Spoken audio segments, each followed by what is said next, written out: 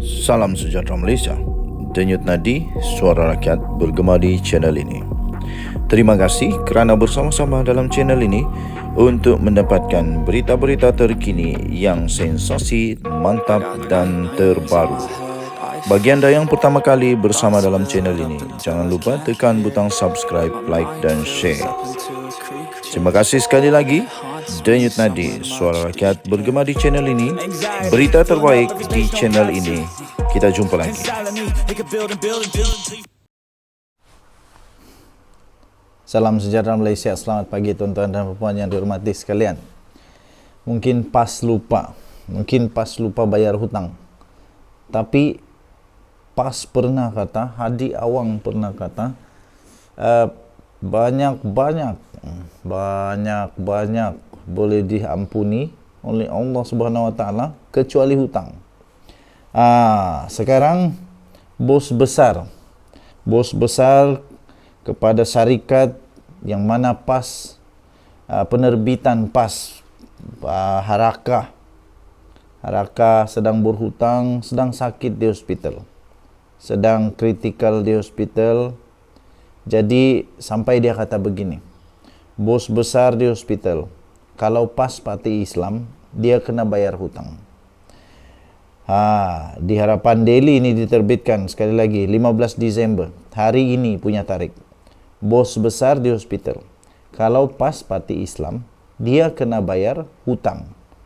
Jangan pura-pura lupa bahawa kamu ada hutang. Pengurus NAJ Press Resources Malaysia Sdn Bhd Husin Jan berharap PAS akan membayar jumlah tunggakan tertunggak hutang mereka kepada syarikat bekas pencetak akhbar Harakah itu susulan pengasasnya Azlan Jan yang kini dirawat di hospital. Kalau dia sebagai parti Islam, kata kenyataan itu, kalau PAS ni parti Islam, harap tolong bayar hutang. Kerana bos besar Azlan Jan pun berada dalam keadaan tidak sihat dan sedang menerima rawatan di hospital. Jadi sepatutnya inilah waktunya yang paling sesuai untuk mereka membayar hutang. Saya tak nak berdendam dengan mereka, katanya.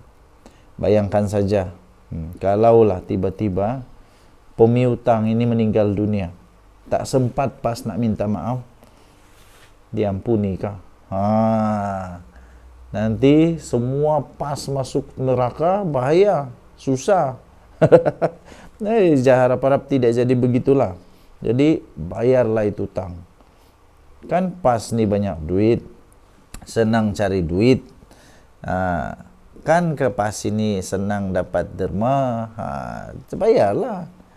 Jadi sepatutnya inilah waktunya, masa yang tepat untuk bayar hutang. Saya tak nak dendam dengan mereka, kata kenyataan itu. Hari itu kata tunggu keputusan mahkamah. Sekarang mahkamah sudah pun tentukan bahawa kamu kalah dan perlu bayar. Hari itu kata tunggu keputusan mahkamah. Sekarang mahkamah sudah buat keputusan. Mereka pula cuba nak melambat-lambatkan proses bayaran. Sebab apa lambat bayar? Adakah tujuan nak tangguh, tak nak bayar, atau macam mana? Itu yang jadi masalah. Katanya ketika dihubungi oleh Harapan Daily pada hari ini, beliau diminta mengulas mengenai perkembangan terbaru kes itu selepas peguamnya memberikan tempoh seminggu kepada PAS untuk melunaskan bayaran kepada syarikat pencetakan itu. Dalam pada itu, Husin berkata jika PAS mahu membawa kes tersebut ke mahkamah yang lebih tinggi, beliau sedia untuk berlawan. Saya tak kisah, dia kata. Kita tetap akan lawan. Sebagai parti Islam, wajib bayar hutang, itu saja. Aduh. Terdahulu, Peguam NAJ Press dilapor telah menghantar notis perintah dan penghakiman di bawah aturan 14 Kaedah-Kaedah Mahkamah 2012. Kaedah-Kaedah Mahkamah 2012 yang bertalik 5 Disember 2023. Husin menjelaskan notis tersebut antara lain menuntut defendant menjelaskan dan membayar amount penghakiman termasuk kos faedah peguam cara bagi pihak plaintiff. Menurut beliau, pihak berkenaan perlu menyelesaikan perkara itu dalam tempoh 7 hari bermula tarik notis itu dikeluarkan, iaitu pada semalam. Pada 5 Disember, Mahkamah Seksyen Kuala Lumpur memerintahkan PAS membayar RM656,233.69 kepada Naj Press yang menuntut baki bayaran perkhidmatan mencetak. Hakim Lailatul Zuraidah Harun membuat perintah itu selepas membenarkan permohonan NAJ Press selaku plaintiff untuk mendapatkan penghakiman terus dalam tuntutan samannya terhadap PAS. Penghakiman terus itu merujuk kepada penghakiman yang dibuat oleh mahkamah ke atas pihak yang dituntut secara terus tanpa perlu melalui perbicaraan apabila isu berhubung fakta atau undang-undang tidak dapat dipertikaikan lagi. Jadi memang sah PAS berhutang dan perlu bayarlah. Sekali lagi saya ulang apa yang dikata oleh kata Azlan Jan ataupun kata orang yang bagi kenyataan inilah. Dia kata dia kata mana sudah dia kata kalau sebagai parti Islam wajib bayar hutang, itu saja. Janganlah kasih malu. Sian. Kalau dia sebagai parti Islam harap tolong bayar hutang kerana bos besar Azlan Jan pun berada dalam keadaan tidak sihat, dia kata. Jadi ini daripada Harapan Daily. Harapan Daily 15 Disember. Bos besar di hospital, kalau PAS parti Islam, dia kena bayar hutang. Dengan tadi Suara Rakyat bergema di channel ini. Bye-bye. Salam sejahtera Malaysia. Selamat pagi tuan-tuan dan puan-puan yang dihormati sekalian. Hari ini kita berada di office saya sekarang. Jadi apa yang terjadi sekarang ini? Ada satu keadaan di mana manusia ini dia tak sedar diri. Dia lupa, lepas tu dia pura-pura lupa, lepas tu dengan tak tahu malu tuduh pula orang benda yang bukan-bukan, benda yang salah, seolah-olah dia tak pernah buat benda tu. Seolah-olah seperti kata Datuk Seri Anwar Ibrahim dalam dia punya ucapan, dalam dia punya kenyataan menjawab soalan daripada Taqiyuddin Hasan. Dia kata seolah-olah di dalam dunia ini tak ada lagi orang yang jadi wakil Melayu, tak ada lagi yang jadi wakil Islam. Dia saja macam seorang saja. Jadi akhirnya ada satu lagi yang saya ingin kongsikan daripada Harapan Daily juga. Tuduhan yang teruk ni, tuduh PH munafik, PAS sepatah pun tidak bersuara semasa berkuasa. Ini memang betul terjadi ni. Saya setuju yang ini. Waktu diorang masih lagi berkuasa, tidak pun cakap apa-apa tau. Diam-diam saja. Tapi bila sudah jadi pembangkang, tiba-tiba jadi hero rakyat. Tunggu saat kita setting dulu. Tapi lebih itu saya bercakap jugalah. Tiba-tiba semua jadi hero rakyat waktu jadi pembangkang. Tapi waktu jadi kerajaan dulu, entah jadi tikus kah, entah jadi apa pun saya pun tidak tahu. Jadi akhirnya tampillah satu artikel yang cukup panas, cukup best, cukup bikin sakit jiwa ni. Tuduh PH munafik, PAS sepatah pun tidak bersuara semasa berkuasa. Penulisan Presiden PAS dalam haraka yang menuduh cara orang munafik menentang Islam diikuti Israel dan PH adalah jauh daripada situasi yang sebenar. Itu jauh daripada situasi yang sebenar tau. PAS sering mengakui PAS sering mengakui bahawa kononnya mereka lah ini adalah menjuarai perjuangan,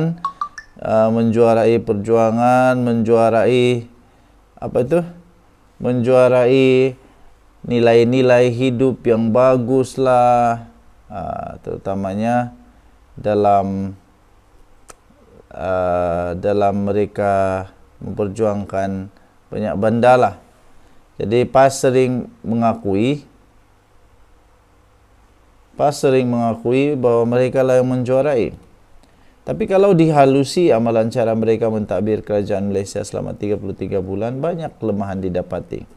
Apabila menjadi kerajaan di bawah Perdana Menteri Mahyadin Mat Yassin, PAS hanya mengikut tanpa menyoal. Ikut saja. Ikut tanpa menyoal polisi PN, MN, isu Israel Timur Tengah kerana mementingkan kedudukan menteri dan menteri PAS dan duta khas supaya kedudukan mereka tidak tergugat. Kelihatan kuasa adalah segala-galanya dan pembelaan Palestin pula diabaikan. Presiden PAS pula sebagai duta khas ke Timur Tengah tidak lagi kelihatan melawat untuk menangani keadaan makin tenat di Timur Tengah pada waktu itu, di mana makin banyak negara Arab Timur Tengah menjalani hubungan diplomatik dengan Israel dan sekaligus meminggirkan dan melemahkan kedudukan Palestin.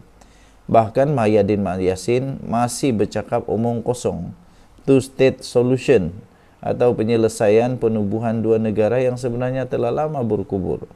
Dengan Israel merobohkan rumah rakyat Palestin serta merampas tanah mereka untuk mendirikan bandar Yahudi baru, umum satu dunia tahu sudah tidak cukup tanah yang masih tinggal untuk dimiliki oleh Palestin. Itulah omong kosong Mahyadin Mat Yassin, dan PAS sepatah pun tidak bersuara baik di parlimen atau melalui duta khas Timur Tengah bertaraf menteri. Tidak cukup dengan kurang membela nasib umat Palestin yang tertindas, PAS menyokong kuat penyertaan Expo Dubai 2020 yang disertai oleh Israel dan didukung oleh negara UAE serta negara Arab lain yang telah menjalinkan hubungan diplomatik dan perniagaan besar-besaran dengan Israel.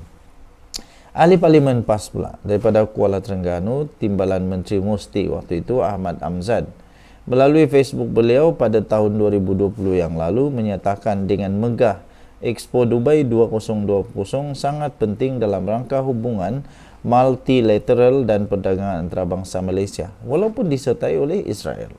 Beliau juga mendakwa Palestin menyertai Expo tersebut, tetapi sebenarnya Palestin tidak menyertai Expo Dubai 2020 kerana menarik diri sebab kehadiran Israel.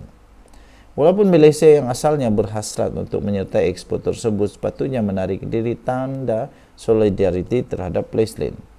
Tidak memadai dengan kenyataan bersemangat ahli Parlimen Kuala Terengganu itu, Ahmad Amzad, untuk menyertai Expo Dubai, beliau telah dengan megah pula mendirikan billboard besar di Kuala Terengganu, memaparkan gambar beliau dan menggesa rakyat Malaysia menghadiri Expo Dubai 2020 yang disertai oleh Israel. Kami dari Amanah telah membuat flash mob protes pembinaan billboard mempromosi kenyataan Expo Dubai bersama Israel ketika Palestin masih disisi oleh negara-negara Arab lain dari UAE, Arab Saudi, Jordan, Mesir dan Bahrain kerana temakan umpan perniagaan Israel. Bukan Amanah saja membantah Malaysia menyertai Expo Dubai yang disertai Israel, 40 lagi NGO utama seperti ABIM, BDS, Pertubuhan Ikram, MyCare, Viva Palestin dan MAPIM turut membantah, tetapi PAS ingin terus setuju ke Expo Dubai. Umpan Israel berhasil. Kelihatan berhasil hari ini apabila Gaza dan Tebir Barat dibom dan ribuan dibunuh sementara negara Arab yang termakan umpan perniagaan Israel dan Amerika tidak mengambil tindakan serius, embargo atau memotong penjualan minyak membela Palestin dan menggugat kepentingan Israel dan Amerika. Inilah akibatnya mereka yang termakan umpan Israel dan Amerika melalui perniagaan yang mempersoalkan menteri-menteri PAS. Sekarang nasi telah menjadi bubur dan puluhan ribu umat Palestin telah terkorban tanpa pembelaan negara Arab yang sepatutnya. PAS hanya berhujah sekarang tetapi tidak mengambil tindakan sepatutnya ketika mereka menjadi kerajaan kerana mementingkan kedudukan pribadi mereka. Semasa PAS berjinak-jinak waktu Mahyadin menjadi timbalan Perdana Menteri Kerajaan BN, saya melalui Biro Antarabangsa Amanah telah membantah kemasukan beberapa pegawai kerajaan Israel menyertai satu konvensyen di Kuala Lumpur selama 1 minggu. Tiada seorang pun ahli parlimen PAS bersuara dalam isu ini walaupun mereka tahu Malaysia tidak ada hubungan diplomatik dengan Israel kerana kezaliman Israel kepada rakyat Palestin. Siapakah PAS untuk menuduh PH munafik kalau mereka sendiri tidak bertindak wajar semasa berkuasa, tetapi mementingkan perniagaan dunia di Expo Dubai 2020 yang disertai oleh Israel semasa saudara Palestin semakin disisih. Kelihatan jelas hari ini hasil penyisihan negara Arab yang lain tidak bersungguh lagi membela pembunuhan beramai-ramai umat Palestin. Okey, ditulis panjang betul lah. Ya, saya bacakan 2 rangkap terakhir. Tidak seperti sikap ahli parlimen PAS yang bersungguh-sungguh mendirikan billboard agregasi mempromosi Expo Dubai yang disertai Israel dan berdiam diri tidak bantah semasa pegawai kerajaan Israel dibenar masuk Malaysia semasa Mahyadin timbalan Perdana Menteri zaman Datuk Nadib. Siapakah PAS? Siapakah PAS untuk menuduh PH munafik jika mereka sendiri yang terhadap Israel tidak konsisten? Siapa yang munafik sebenarnya? Ditulis oleh Raja Bahrin Shah yang merupakan pengurusi Biro Antarabangsa untuk Parti Amanah. Denyut nadi suara rakyat bergema di channel ini. Bye-bye.